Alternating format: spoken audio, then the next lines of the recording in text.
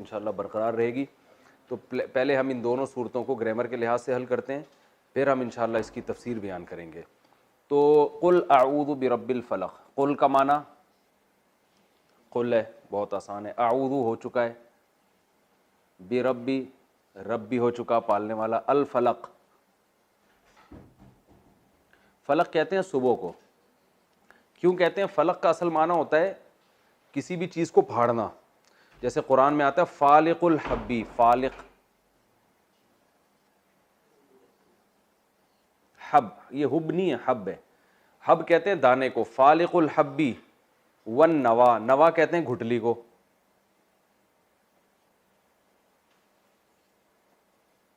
قرآن میں نا وہ حبا و نباتا ہے نا, دانا. یعنی اللہ تعالیٰ قرآن میں اپنے بارے میں فرماتے ہیں فالق الحبی, اللہ دانے کو پھاڑتا ہے, ون نوا اور گھٹلی کو. جو گھٹلی اور دانا پھٹتا ہے نا تو اس سے درخت نکلتا ہے. تو فالق کا معنی کیا ہو گیا؟ پھاڑنے والا. فلق پھٹن کو کہتے ہیں. تو فلق صبح کو اس لیے کہتے ہیں کہ صبح کی جو پہلی کرن ہوتی ہے نا وہ اندھیری رات کو گویا پھاڑ دیتی ہے, اندھیری رات میں ایک دراڑ پیدا کر دیتی ہے.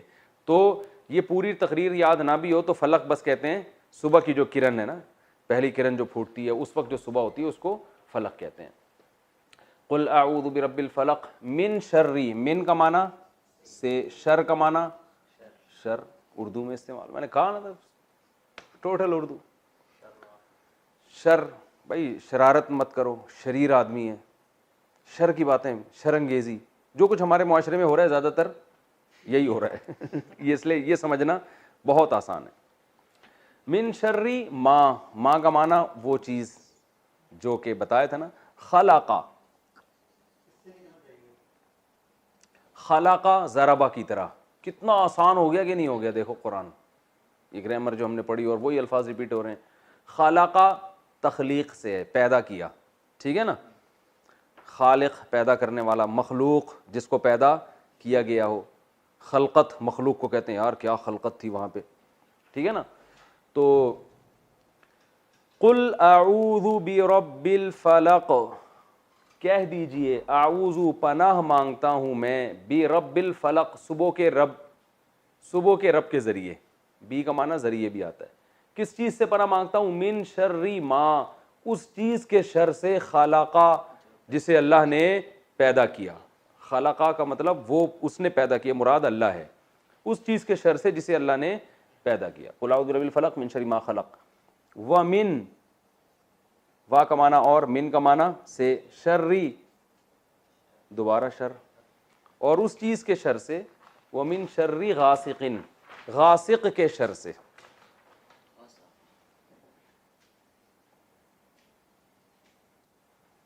غاسق, غسق کہتے ہیں رات, تاریکی کو کہتے ہیں. غاسق تاریک رات, تو دو تاریک ہونے والی رات ہوتی ہے نا, یہ اردو میں نہیں استعمال ہوتا. ومن شر غاسق اذا, اذا کا معنی کیا ہے؟ پہلے گزر چکا ہے یہ, وہ ہے نا ارائیت, وہ کیا تھا, اذا جاء نصر اللہ والفتح. اذا کا معنی جب. وقب یہ بھی اردو میں استعمال نہیں ہوتا, اس کا معنی ہوتا ہے وقبا, ضربا کی طرح پھیلنا یا چھا جانا. ومن شر غاسق, اور رات کے شر سے, اذا جب, وقبا وہ پھیل جائے. اذا کا معنی جب, وقبا وہ پھیل جائے, جب وہ پھیل جائے. غاسق تاریک رات کو کہتے ہیں. ومن شر غاسق اذا وقب. ومن شر, واو کا معنی اور, من کا معنی سے, شر کا معنی شر. نفاثات, یہ سمجھیں کیا ہے, نفاثاتی. میں نے کہا تھا قرآن لے کے بیٹھا کریں نا. ومن شر النفاثات, نفاثا, نفاثات اصل میں نفاثہ کی جمع ہے.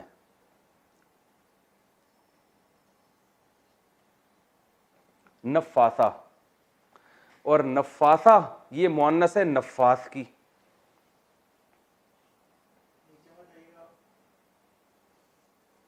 نفاث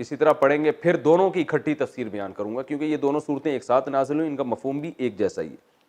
ٹھیک ہے. اگلی صورت ہے قل اعوذ، پہلے اس کو کمپلیٹ کر دوں. قل اعوذ برب الفلق، کہہ دیجئے میں پناہ مانگتا ہوں صبح کے رب کے ذریعے، یعنی رب کے ذریعے پناہ مانگتا ہوں. کس چیز سے؟ وہ آگے آ رہا ہے، اس کو اردو میں کہتے ہیں رب کی پناہ مانگتا ہوں. قل اعوذ برب الفلق، میں صبح کے رب کے ذریعے پناہ مانگتا ہوں. من شر ما خلق، اس چیز کے شر سے جس کو اللہ نے پیدا کیا. ومن شر غاسق، اور تاریک رات کے شر سے. اذا وقب، جب وہ چھا جائے، پھیل جائے. ومن شر حاسد، ومن شر النفاثات، اور پھونکنے والیوں کے شر سے. فی العقد، گرہوں میں پھونکنے والیاں، جو پھونکتی ہیں کس میں؟ گرہوں میں، گٹھانوں میں. ومن شر حاسد، اور حسد کرنے والے کے شر سے. اذا حسد، جب وہ حسد کرنے لگے. یہ ترجمہ ہے. اگلی صورت ہم چلتے ہیں. قل، کہہ دیجئے، اعوذ، آسان ہے، برب الناس، ناس کا معنی انسان، انسانوں کے رب کے ذریعے پناہ مانگتا ہوں. ملک الناس، ملک بادشاہ، نا ملک سعود کہتے ہیں نا، ملک عبداللہ، ملک. آج کل تو شارٹ فارم بنا دی وہ سعودی عرب کے بادشاہ کی. کیا کہتے ہیں؟ محمد بن سلمان، ایم ڈی، کیا کہتے ہیں؟ ایم بی ایس کہتے ہیں شاید، محمد بن سلمان، کچھ اس طرح کا انہوں نے، لوگوں نے، صحافیوں نے شارٹ بنا دیے. خیر، ملک محمد بن سلمان، ملک فہد ابن عبدالعزیز، ایسے ہوتا ہے نا. تو ملک کسے کہتے ہیں؟ بادشاہ. ملک الناس. الہ الناس، الہ کسے کہتے ہیں؟ معبود، جس کی عبادت کی جائے. الناس، لوگ. ملک الناس، الہ الناس. من شر وہی کس چیز سے پناہ مانگ رہا ہوں؟ من شر الوسواس.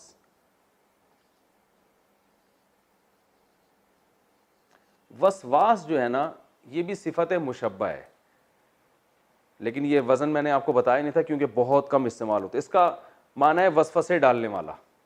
وسواس، وسوسہ اردو میں استعمال ہوتا ہے نا، تو کیا معنی ہوگا؟ وسوسے.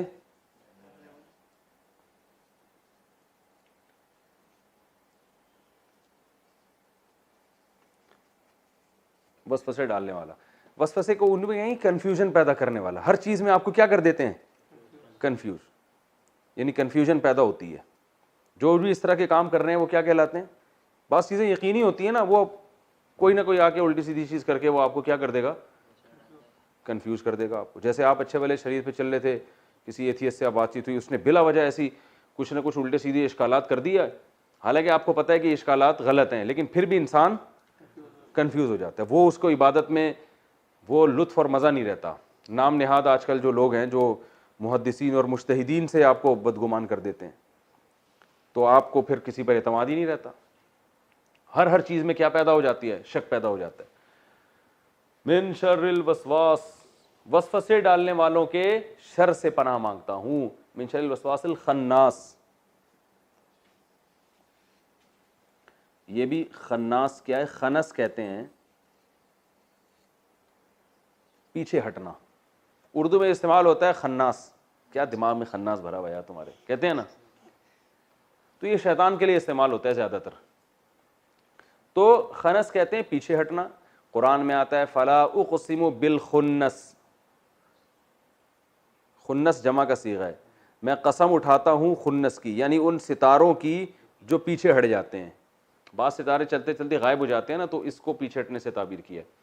تو خناس صیغہ مبالغہ ہے بھائی، غفار ستار کی طرح. خناس کا معنی بہت کثرت سے پیچھے ہٹنے والا.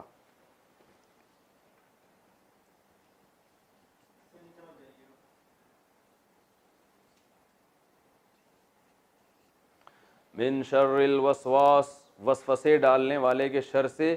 الخناس، وہ وسوسے ڈالنے والا جو کہ بہت زیادہ پیچھے ہٹتا ہے.